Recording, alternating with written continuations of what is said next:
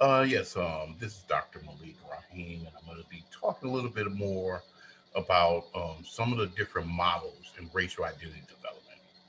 Okay, so um, the thing is that across black racial identity model named the Negro Sense was the first model introduced, and it was introduced back in 1971. And it's probably the most well known of all the models. And it's been revised several times over the last, let's say, past 35 years. And the latest model is divides. First, it had the original model had pre-encounter, encounter, immersion, internalization. Then they included another stage or status called internalization commitment. Well, the latest model has broken down the pre-encounter stage into three different levels. So when you get to the pre-encounter stage, now you have three levels. One of the levels is called assimilation. The other one is miseducation, and the third one is self-hatred. And then you have the encounter stage. And the encounter stage is when an incident happens. Okay. So let me go over the actual stages in the new Negro Sense model. Okay. You have the pre encounter stage. And the pre encounter stage, as I said earlier, has assimilation, miseducation, and self hatred. The The immersion stage is broken down into two levels: anti white and intense black. And the internalization stage is broken down into three levels: nationalists, biculturalists, and multiculturalists.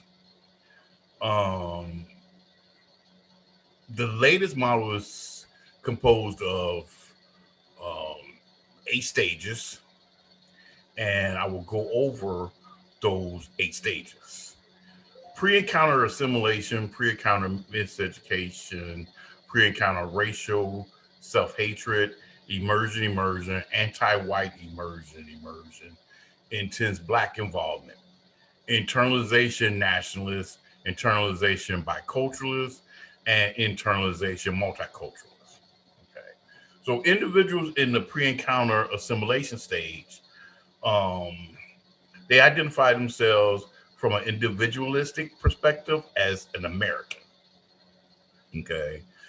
Individuals identify with the dominant cultural group and have no real desire to be aware of their blackness or be associated with being black or African American. Okay. Then you have the individuals in the pre encounter miseducation stage. In the pre encounter miseducation stage, they accept their governmental stereotype and distance themselves from their black community. Okay, so they'll accept the fact that black individuals are thugs, criminals. Black females are whorish and loud and angry. So what they'll try to do is they'll try to disassociate themselves as much as they can from being part of that community. Okay. Um, Individuals in the pre-encounter racial self-hatred stage have a negative image of being black due to their internalized oppression of racism and racial stereotypes. Okay. Then, like I said, you have the encounter stage where something will happen to where they'll realize they're black. Okay. Maybe it's getting pulled over by the police and they see that there's no other reason that they're pulled over by the police except that they're black. They might get turned down for a position or be called a name or anything like that. So that's the encounter stage. Then you go on to the immersion stage. And individuals in the immersion anti-white stage, they demonstrate emotional intensity about their black culture as well as white culture being rejected and white people, society, and culture, and accepting anything that's black is good and denouncing all things that are associated with white culture or the dominant culture as being bad. And individuals in the immersion and black involvement stage are actively engaged in black involvement, and they they disassociate it and they look at things from a dichotomous thinking style where they idealize and romanticize about being black, um, and they do everything in and they associate it and do everything in the black culture, and all their affiliations is black involvement. Okay, individuals then in the internalization nationalist stage has an Afrocentric worldview and are actively engaged in black culture, but the degree shown by these individuals in this stage, unlike the previous stage, immersion, is that they're more active, they're more doing things, um, and more affiliated with things. Individuals in the internalization by cultural stage show a balance between their black culture and the dominant culture. They are grounded in both black culture and um, the dominant culture. And then finally, individuals in the internalization multiculturalist stage identify with people identities equally and are comfortable having multiple identities. They have an intersectionality where they understand that they are more than just actually being black. Okay, so that kind of covers the cross theory on um, racial development. Okay, now let's look at um, Helm's theory.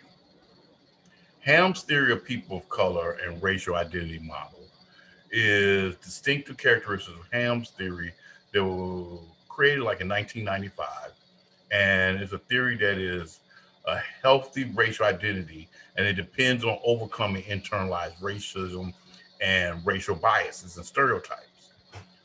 Dr. Helms prefers the term people of color instead of minority, since people of color are not always the numerical minority. Is why she feels that that's more of an accurate term. And whites are not always the numerical majority, even though whites exercise power regardless of their numerical status. Okay, so Dr. Helms, way she feels is that it's an integrational model. Um, it's an integrational model that she kind of took a little bit off of Atkinson, Morton, and Sue, a little bit from cross original theory, a little bit of Erickson's Eight Stages of Man. And so Helm's model is composed of six key stages, and they are conformity, dissonance, immersion, internalization, and integrated awareness. Individuals in the conformity stage manifest their internalized racism by assimilating to the dominant cultural values or by conforming to the dominant cultural stereotypes of their group. Also, individuals in the dissonance stage experience anxiety and ambivalence over their belongingness, since they are aware that they do not fit in with the dominant culture, yet lack knowledge about their own racial group. When you go to the immersion stage, people in the immersion stage, individuals in the immersion stage, operate from a dichotomous and hierarchical perspective. They they identify their group and reject the dominant cultural values. Individuals in the immersion stage show strong commitment to the in group, and their identity is centered on the in group values and beliefs. Okay, so when you move on to the next stage, internalization, what you have had is when individuals in the internalization stage have internalized their racial identity and function as bicultural individuals, to where they can be comfortable in the dominant culture, or they can be comfortable in their culture and their identity. Individuals in the integrated awareness stage display multicultural competency by showing commitment to their own in group while understanding and respecting other racial and ethnic groups and needs to maintain their own identity. They are the ones who uh, usually look at things in a holistic perspective, and so like that's what you get when you're looking at Helm's racial identity model. Okay, unfortunately, I mean, there's a lot of models that we're going to go through, and the best thing I could tell you is that when you're looking at all these racial identity models, you got to take into consideration also an ethnic developmental model, and that's when you look at Feeney and Feeney's model of ethnic development. And it's very important for counselors because a lot of times you will see someone that is maybe like of African descent, or you would think that they all have the same worldview and all the same perspective.